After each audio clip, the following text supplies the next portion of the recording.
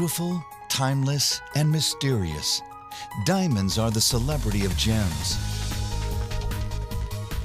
From royalty to the red carpet, their star power is always on spectacular display, a dazzling symbol of wealth, power, and glamour. It's an investment you can actually wear, which is nice for all the girls, I think. The diamonds seen on Oscar night are practically priceless. This stunning necklace from the famed workshops of Harry Winston would command thousands on the open market. Others, such as this diamond engagement ring, are within reach of any aspiring groom willing to part with the traditional 2-month salary. Modern technology has transformed these fascinating gems from something only kings could afford to the prized possession of practically every bride-to-be. But availability has done nothing to diminish their ancient allure. For centuries, mankind has scoured the globe in search of these mysterious stones. Almost indestructible, formed billions of years ago by the crushing pressures found deep in the bowels of the earth, they are the most precious of gems. Join us as we explore the multifaceted story of diamonds, the universal symbol of undying love and devotion that will forever be on every woman's wish list.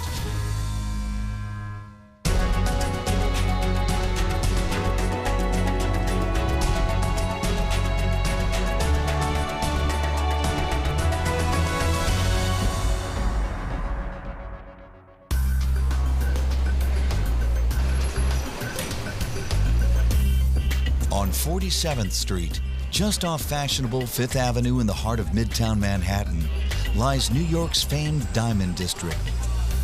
Among the foremost centers of the world's diamond industry, trade on this bustling block averages $400 million a day, most of it in the busy shops of independent dealers like Steve Kilnison.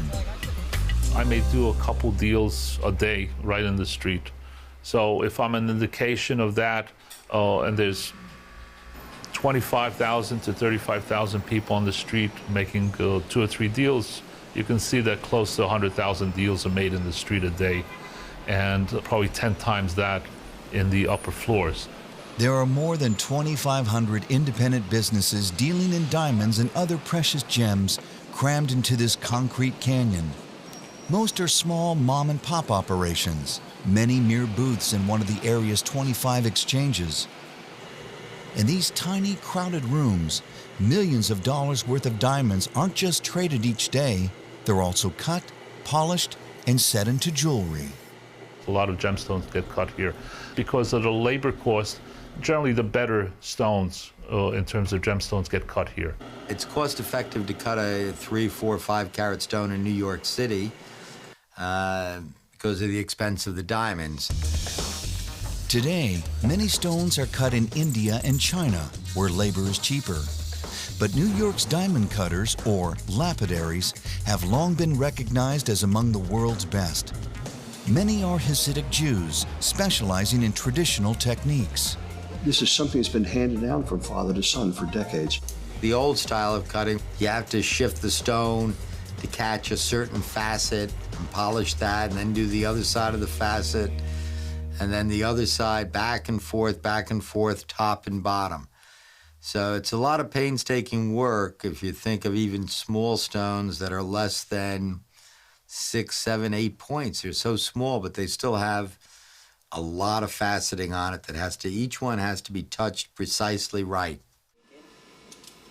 Only the most experienced lapidary will attempt to cut a large, high-value diamond, and only after hours of careful study and preparation. He has to look at all the different dimensions of it, all the different, where the flaws might be, where there might be easy ways to cut it, and things like that. Whilst diamonds are naturally quite strong, they do have planes of weaknesses. You can find little stress fractures, but if that fracture is large and breaks the surface on the top, and you hit the diamond at that point, you may have a vulnerable place. One small slip can spoil a stone's value, or even turn a priceless diamond into a worthless stone. If a diamond is struck at the right point above a plane of weakness, it would shatter. You cut it darn carefully, the same way you feed lions. A diamond's molecular structure makes it surprisingly brittle. And its natural stress fractures and internal flaws make it vulnerable to breaking under certain special circumstances.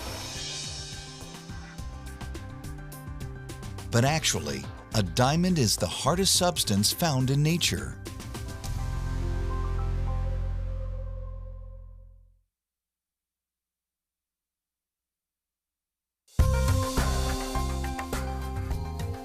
While most gems are minerals whose crystalline structure combines several different elements, diamonds consist almost entirely of a single element. Diamond is rather pure mineral. Most minerals have a range of composition. Diamond is over 99% carbon. Colorless diamonds are essentially pure carbon. Traces of some other element, however, can give the diamond a colored tint. Boron makes them blue. Nitrogen in small concentrations makes them green. Basically every colour of the rainbow.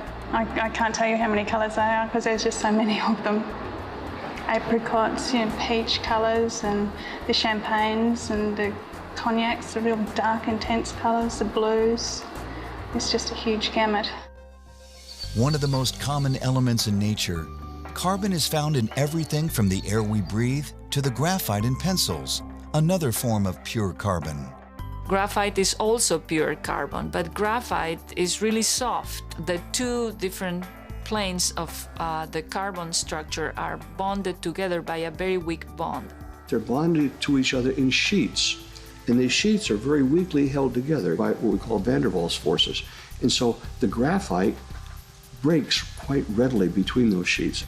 Within a diamond, however, each individual carbon atom interlocks with the four atoms around it.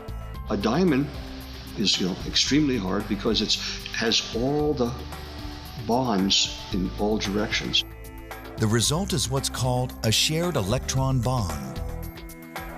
It forms the hardest type of bond, the strongest type of bond. Tightly packed and perfectly aligned, a diamond's molecular structure is shaped by the tremendous pressures that occur miles beneath the Earth's surface. Diamonds form down deep inside the Earth, a depth of something over 60 to 70 to 80 miles. It takes incredible temperatures, generally over 1,000 degrees Celsius, pressures exceeding 50 kilobars. I mean, we wouldn't survive a fraction of a second under those conditions. But if diamonds form so deep in the Earth, just how did man discover them? The answer involves very ancient, very extinct volcanoes called pipes. We don't have this type of volcano today. The youngest one we have is 35 million years old. But most of these were somewhere around 90 million years or even greater in age. After these ancient volcanoes erupted, their lava cooled and hardened into the two types of rocks that diamond miners dig for: lamproite and especially kimberlite. Historically, the most common rock type that yields diamonds in the world is kimberlite. The kimberlite is the carrier, and this is an example of a kimberlite. A kimberlite basically is a magma which comes from this extreme depth, maybe 100 or 200 miles down, and it comes to the surface and it brings along anything it happens to pick up. So if it happens to have a rock in it that has diamonds in it, it brings it up. Kimberlite and lamproite can contain diamonds, but they don't form them. The ancient magma acted as an elevator, carrying even older rocks to the surface. The billion-year-old rocks picked up by the kimberlite may or may not contain diamonds. Diamond-bearing kimberlites are pretty old. There are not any kimberlite pipes that contains diamond that is younger than 70 million years. The richest diamond fields occur in areas where the Earth's crust is very old, like India, Southern Africa, and Western Australia. The way diamond pipes work is they actually intrude older rock. So the rocks that actually host the diamond-bearing rock is up to 2 billion years old. So you're looking at material which is about a fifth the age of the Earth. Kimberlite volcanoes are so old that they're essentially invisible, their craters long eroded away. Kimberlites are not easy to find. You have to find the particular kimberlite that has the diamonds. In fact, diamond-bearing kimberlites are so hard to find that it wasn't until the 1870s that man discovered that these extinct volcanoes were the secret source of diamonds. Before then, diamonds came from what are called secondary or alluvial deposits. Those fragments are easily taken by the rivers or by the ocean and transported in places where the water of the river slows down, or little cracks or potholes in the riverbed that may have trapped diamonds, because diamonds are denser than the rest of the minerals that are transported as sediment. And it was nearly 3,000 years ago, on a sandy riverbank on the Indian subcontinent, that diamonds were first discovered.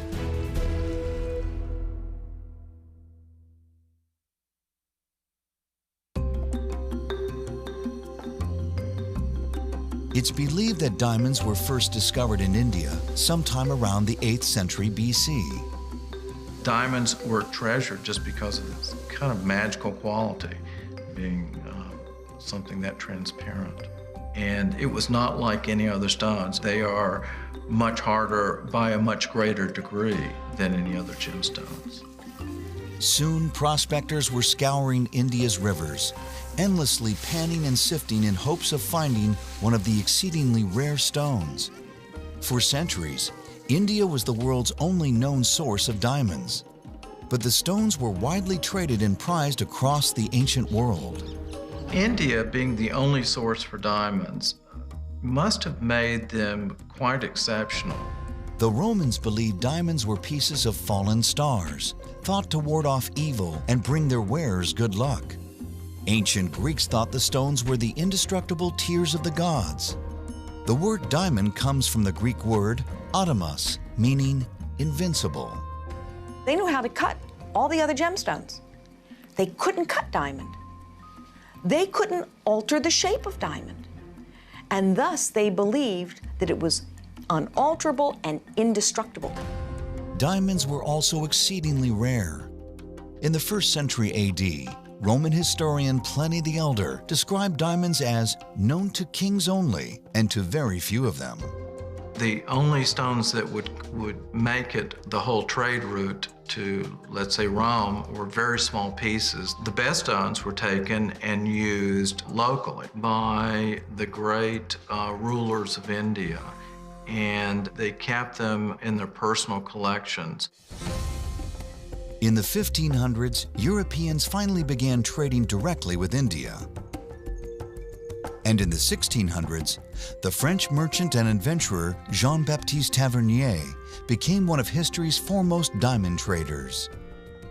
Tavernier wrote a book about his experiences, and in that book, he even would sketch out the different gemstones, which even today we go back to look at and to document the history of some of the important diamonds. The most important diamond Tavernier acquired in his travels was the fabled French blue. He sold the magnificent 112-carat rough to France's King Louis XIV. Lost during the chaos of the French Revolution, the French blue is believed to be the source of a 44.5-carat stone that later turned up in the possession of a London banker named Henry Philip Hope. The reason why you lose track of important gemstones is that they can be easily recut, and they then can't be identified by the shape or the weight anymore. But there was no altering the diamond's deep blue color.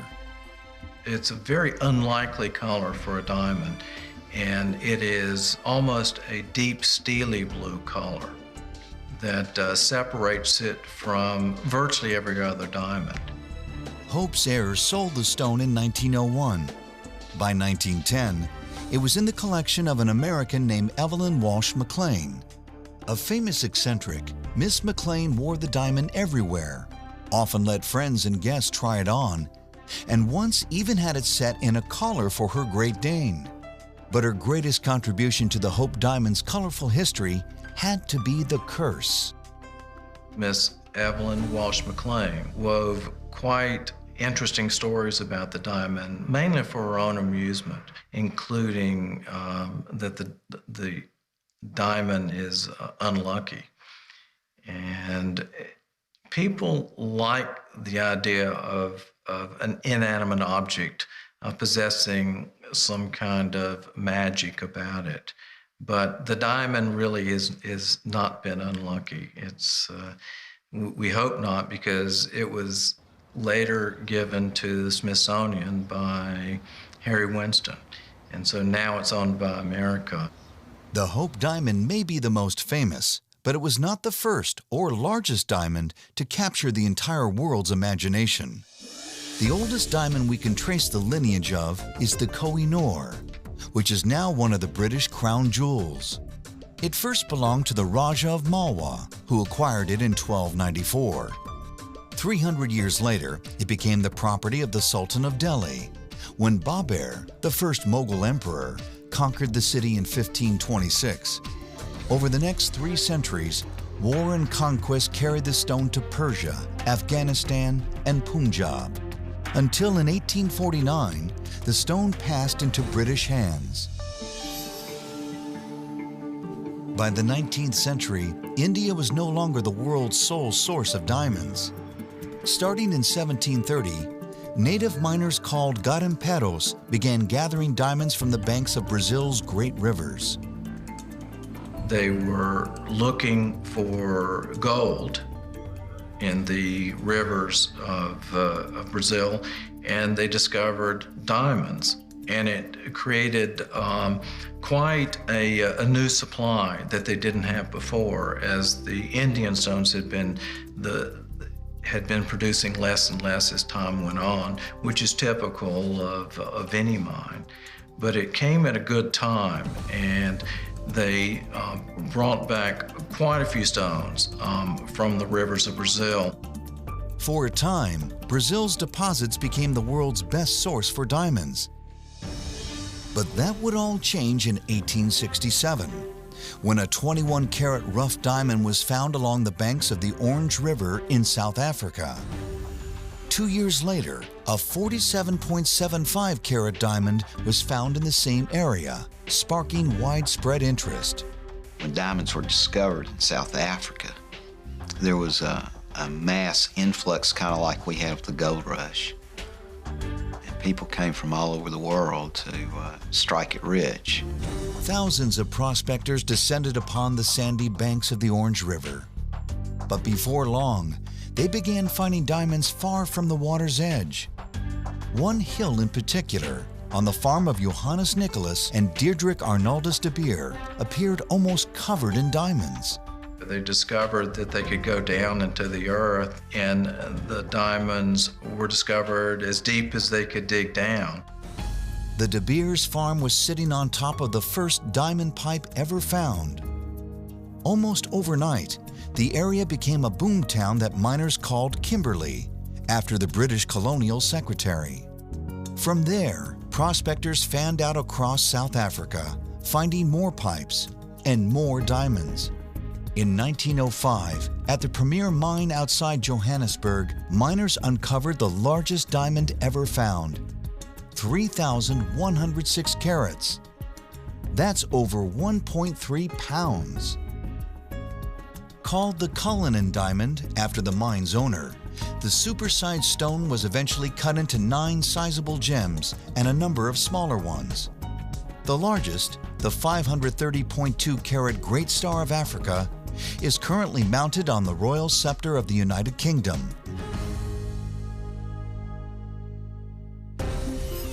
A century later, the premier mine is still producing diamonds. But South Africa is no longer the world's premier source of these sought-after gemstones. Currently, South Africa ranks 5th in production, behind Australia, Botswana, Russia, and Canada. Geographically, diamonds form in different places all over the world, but it's usually in a similar type of locality each time. They might not seem similar as far as what the weather is today and what the topography is, but the fact is they do have similar types of old rocks underneath the surface. Western Australia's Argyle Mine is currently the world's largest producer of diamonds. A massive open-pit operation that spreads over 100 acres, Argyle churns out about 35 million carats of diamonds annually. It's the only economically viable diamond-bearing lamproite in the world. Bit of a mouthful, but it truly is the only chunk of rock of its kind anywhere on the planet. There's no other chunk of rock on the planet which is as well endowed in diamonds as Argyle. Prospectors searching for gold first found alluvial diamonds in Australia in the late 19th century. The deposits were small and the diamonds few and far between. There was very little large-scale mining until, in the early 70s, a company called CRA began a systematic search for the ancient volcanic source of Australia's diamonds. They hunt for what they call indicator minerals. These are minerals that will give some indication that there might be diamonds or kimberlite. So they'll look for a particular type of garnet or a particular type of ilmenite or things like that, chromites, and from that they can then predict. Sometime in the late 1970s, purely by good luck and good fortune, CRA discovered diamonds, liberated diamonds in stream sediments on Smoke Creek. And at that point in time, they only knew that the diamonds were actually coming from upstream. Another mining company leased the upstream land, but they were looking for copper and zinc, not diamonds. And CRA sat on the news of its discovery for over a year. Until the lease from that previous mining company expired, it was absolutely top secret. So when the lease expired in the late 1970s, CRA literally overnight hired every single helicopter they could find in the East Kimberley, and they then showed up at the Mines Department office in Kununurra at 9 in the morning and pegged the ground. And they then actually followed that stream up into what we know as the Argyle Pipe today. Full-scale mining operations began in 1983, starting with the diamond-rich topsoil surrounding the main pipe. When the mine was first discovered, the surrounding countryside was covered in alluvial gravel. And the gravels that actually surround the main pipe were quite rich in liberated diamonds. So prior to the construction of most of the infrastructure you see around us, the alluvial gravels around the main pipe was mined. Digging on the main pipe didn't begin until 2 years later in 1985. By then, the mine's owners had the machinery and manpower in place to run a state-of-the-art operation. We like to mine with the best equipment, using the best knowledge and experience. Therefore, it does make our operation a lot more efficient and a lot safer because we're using the latest equipment and the latest techniques. Argyle, like most modern diamond mines, started out as a massive open pit. Using heavy machinery, workers stripped back tons of dirt to expose the diamond-bearing lamproite. Once the ore body is then exposed, the focus is on moving the ore to the crusher. Sounds simple enough, but the scale of the operation and the amount of material involved is mind-boggling. We plan to move about 80,000 tonnes of dirt a shift, a 12-hour shift, so about 160,000, 165,000 a day. This year we'll move 53 million tonnes of dirt in the year. And only an infinitesimal amount of that dirt actually contains diamonds. It's a lot of effort and a lot of drilling and a lot of digging to get diamonds out of the ground today. They're 170-tonne trucks. They deliver ore at a rate of roughly 1,900 tonnes per hour. Hour by hour, day by day, the miners dig deeper and deeper into the pipe.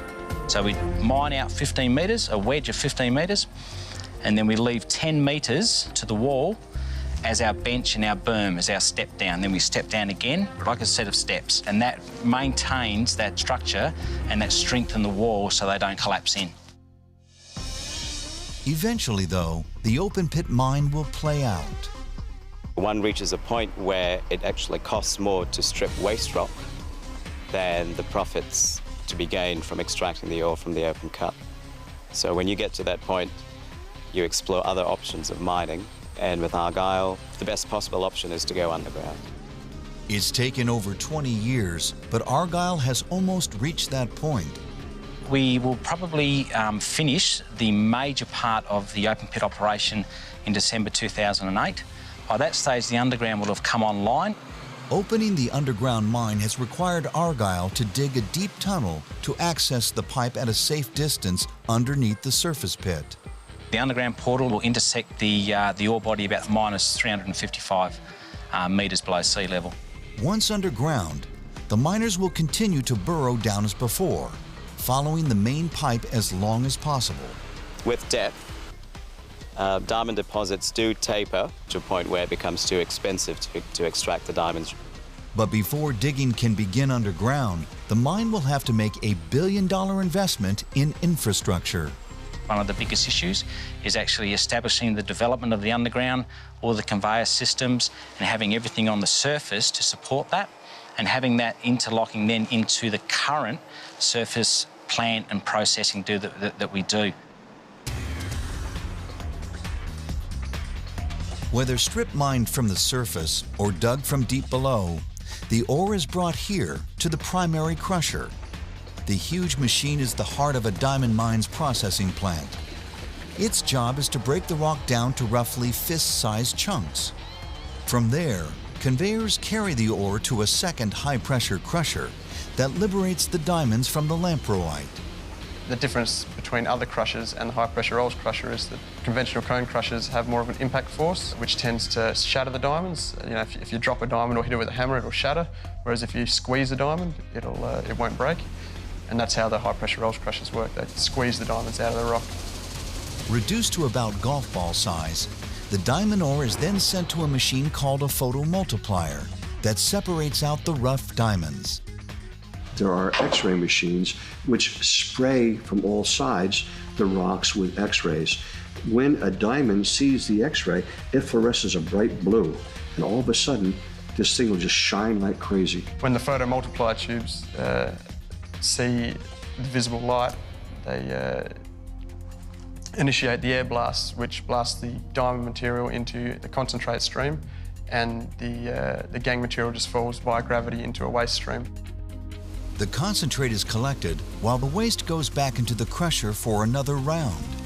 The process is repeated 3 or 4 times as the rock and the diamonds recovered gradually get smaller.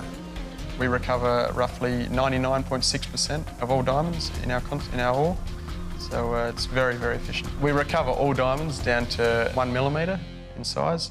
Our screen cut-off size is 1.5 mil, but we still do get 1 mil stones in our concentrates. From the time a truckload is first tipped, the process can take a week. Then, once the last minuscule diamond is recovered, the gem quality stones are sent to Perth, where they are sorted and graded for the wholesale market. But the vast majority of diamonds mined in full-scale diamond operations like Argyle's aren't high enough quality to become jewelry. Instead, they are destined for industrial use.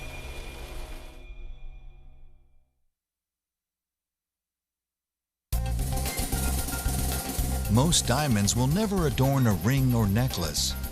Instead, they're attached to the tips of drill bits or other cutting tools. They've got too many inclusions, too many flaws, too many things that make jewelers unhappy. Or they may simply be too small. Because even diamond dust is stronger than any other natural material, diamond chips and dust are a common industrial abrasive. The most widely used commercial application is cutting and polishing tools. They use diamond powder, of course, for polishing diamonds. They use diamond powder and saw blades and things for cutting purposes. And drills tipped with diamonds from Australia's Argyle mine, the world's largest producer of industrial diamonds, root out everything from crude oil to cavities.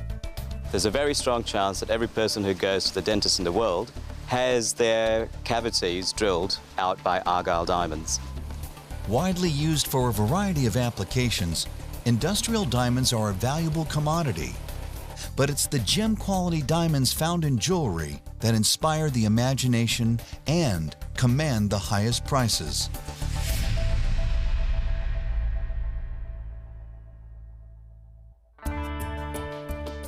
A diamond's market value is based on 4 criteria commonly called the 4 C's: carat, clarity, color, and cut. Each of those has impact on the beauty of the stone, the desirability of the stone, the rarity of the stone, and thus the price of the stone. The first C, carat weight, measures the mass of the stone.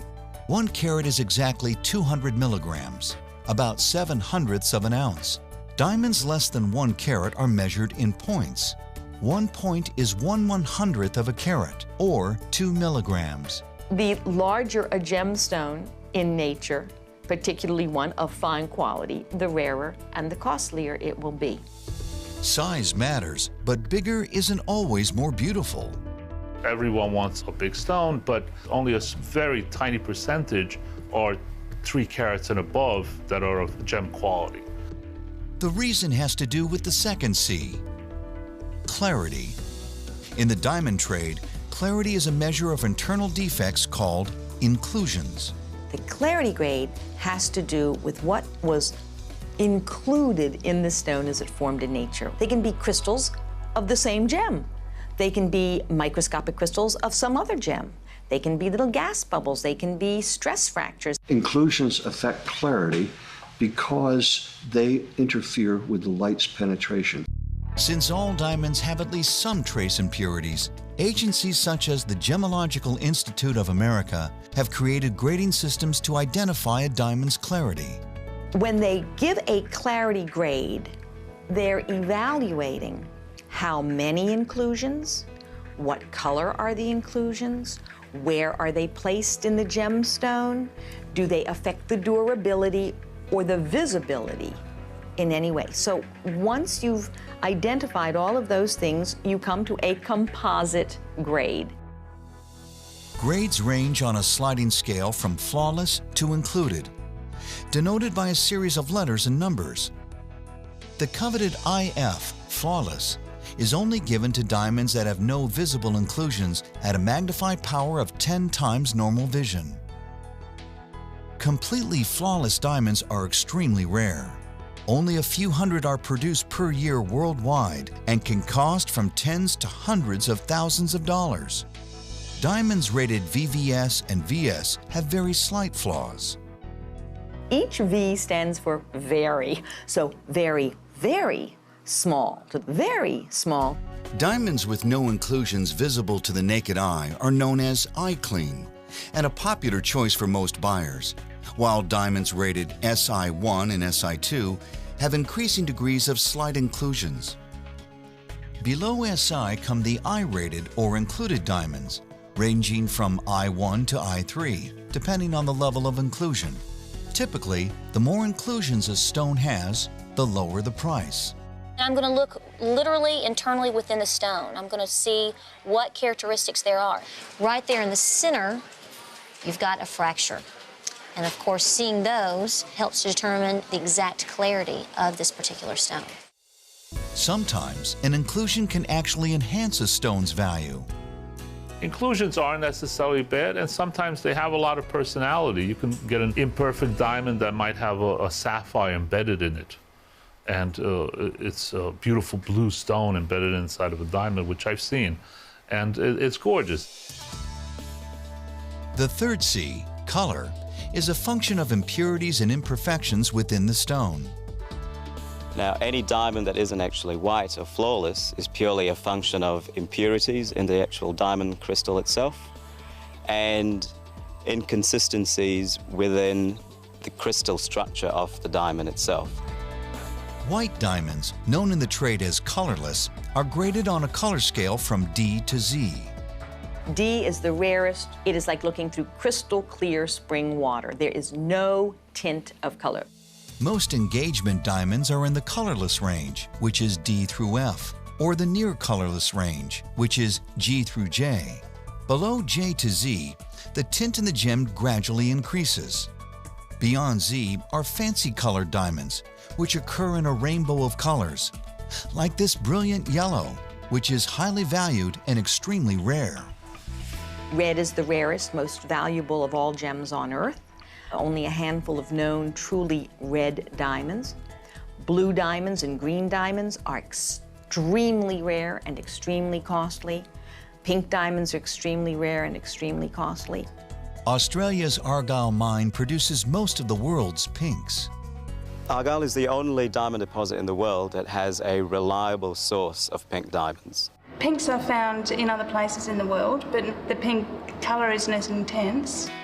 Unlike most colored stones, it's imperfections in the crystalline structure that produce a pink diamond's distinctive tint. Argyle's famous pinks range from a light champagne color to rich rose to, rarest of all, a deep purplish pink. A champagne of around about 30 points would retail for about $600.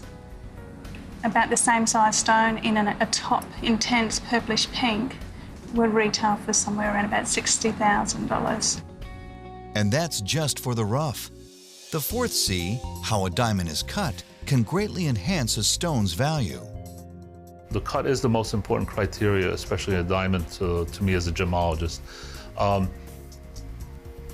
Color is important, clarity, but all of these don't come together if the diamond is not proportioned correctly. Because if it's not proportioned correctly, the human eye will not receive the full brilliance, and it'll be a dull stone.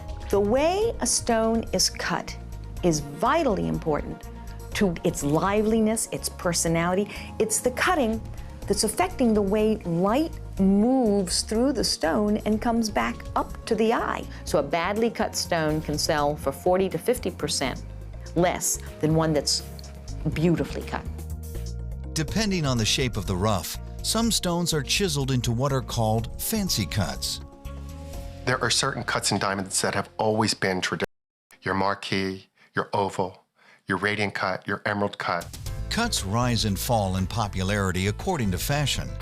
During the 1920s and 30s, the most popular fancy cut was the baguette, which highlights a diamond's luster and downplays its fire. Currently, the princess cut, which favors fire at the expense of luster, is gaining popularity. Over the past couple decades, the princess cut has been really become popular, and you've seen the marquise cut maybe come down a little bit. The pear shape may rise in popularity because of some movie star wearing something like that. However, since most gem-quality diamonds are octahedrons in their rough state, the gem cutter typically cuts the rough crystal into two and then shapes each half into a round brilliant, the most common diamond cut. When we talk about brilliant cuts, we're talking about putting these little faces around the stone. Developed at the start of the 20th century from earlier diamond cuts dating back more than 300 years, the 58 facets of a modern brilliant cut diamond are carefully calculated to maximize the stone's inner sparkle and fire. It's the proportioning of the top. It's the proportioning of the bottom. It's the thickness of the girdle. It's the size of that big flat facet on top that we call the table in relation to the diameter of the stone. All of these things are affecting the way light goes in, the angle at which the light's going to come back, how much light is coming back at you. Once cut and polished, the stones are ready to be sold. Most pass through one of the world's leading wholesale centers, London, Antwerp, or Manhattan's Diamond District. The very finest diamonds, however, are often sold direct to the consumer. Every year, for instance, the Argyle mine sells its 50 best pink stones in a series of exclusive sales whose jet-setting clientele and state-of-the-art security are straight from a James Bond movie. They take this 50 or 60 stones around the world to Geneva, New York, London, Hong Kong, Perth has a showing. And people are invited to bid on the stones. It's a private bidding, so it's all very secretive. Diamonds may no longer be known only to kings, but in today's market, the finest stones can still command a king's ransom. For the rest of us, shopping for a diamond is finding the right balance between desirability and affordability. And that's where the 4 C's come into play. I bought a diamond for my wife, a rather nice large diamond, a couple carats. But in fact, it wasn't a really great cut, and it wasn't really a great clarity, and it wasn't really clean. But it's big as all get out. So it depends upon what you're looking for. Some people like to flash a big one. It's a personality thing. There are people who love that brilliance. That's what they want first. They want the brilliance, and then color, and then whatever else. There are others who are just, they want that color and whatever enriches the color to the fullest. So it's a personal thing. But no matter how big, brilliant, or clear your diamond is, proper care can help it maintain its value and its beauty for generations.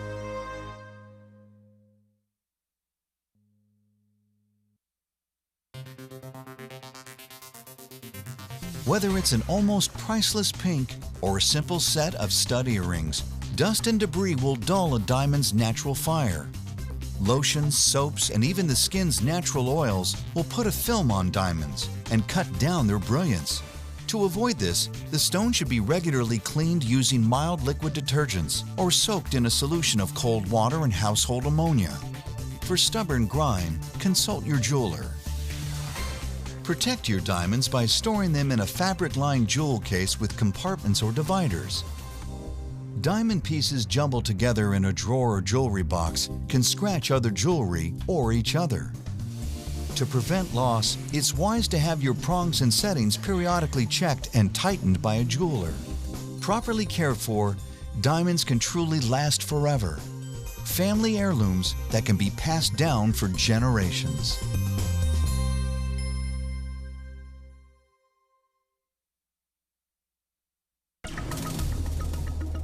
Not all diamonds come from deep inside the earth. An increasing number are now coming from labs and factories, and some are as beautiful as their natural counterparts, though possibly not quite as pricey. Diamonds were first synthetically produced in 1953, when a team of Swedish scientists developed a process that combines searing heat and intense pressure to produce a few small crystals.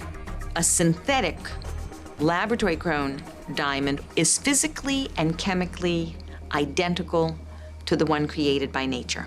The chemicals used are identical. The stone is essentially the same thing.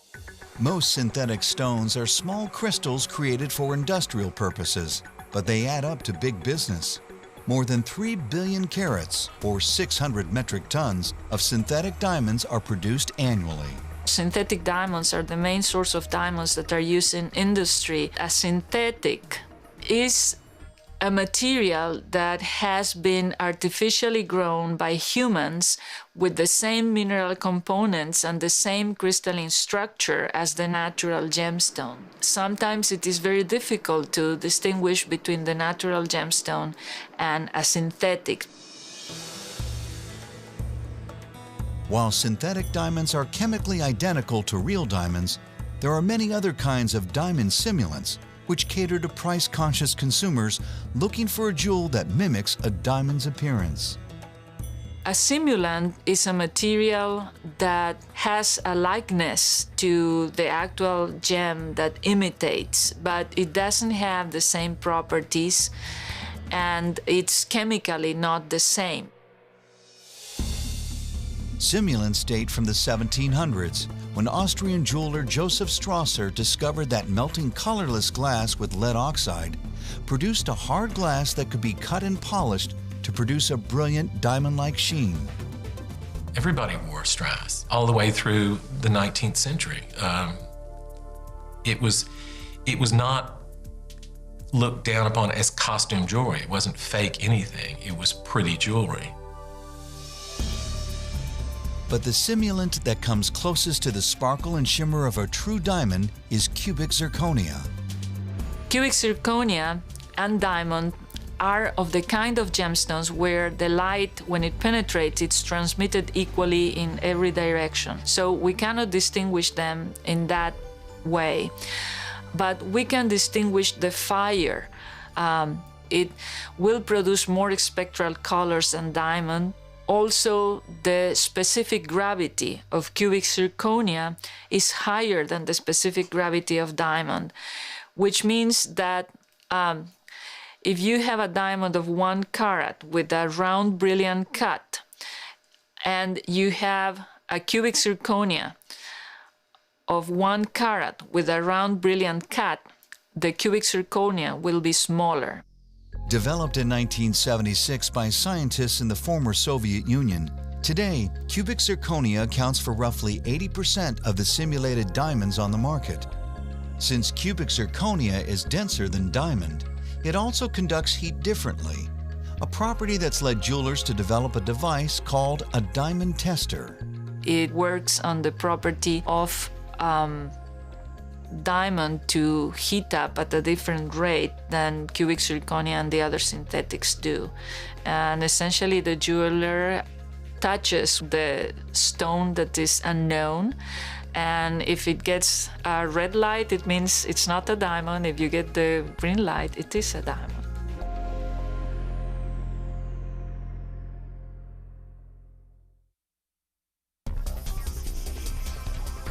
Like all modern industries, even one as ancient as the diamond trade, technology is having a big impact on nearly every aspect of the business. The biggest changes can be found in cutting and polishing, where computer-controlled lasers are supplanting the lapidary's timeless techniques. They can cut a diamond more accurately with a laser. Like years ago, if you were given a steak and somebody said, I want you to trim off the fat, and you had a cleaver, you had to chop off various portions of the steak as well as the fat. Today, with a laser or a very thin paring knife, you could go around wiggling back and forth and take off nothing but fat. So now they have the advantage with lasers of cutting diamonds such that they maximize on the return in carats per diamond. Diamond cutting isn't the only of the 4 C's to receive cutting-edge treatment. Modern technology can also change a stone's clarity and color. Color in fancy colored stones can be altered through something called high-pressure, high-temperature annealing, which can cause a wide range of fancy colors. Another common technique uses radiation to enhance or even alter a diamond's natural tint. Irradiation, bombarding the gemstone with particles, is the main way in which the gemstone is altered. And the bombardment may involve either electrons, or which are subatomic particles that are negatively charged. It might involve neutrons, or it might involve gamma radiation. The radiation, which in no way affects humans, does affect the stone's color by changing the alignment of the atoms. As a result, colored diamonds are now available to the consumer at a fraction of the cost of their naturally occurring counterparts. It's fine as long as you know what you're paying for and you pay an appropriate price for what you're actually getting. In the new millennium, modern materials technology has even begun to produce true gem-quality synthetic diamonds. In the last few years, colorless synthetic diamonds have been created by several labs. So far, synthetic fancy-colored stones are much more affordable than natural stones of comparable color. But synthetic colorless stones are still very expensive. In the future, technologies may enable them to be produced at much more affordable prices.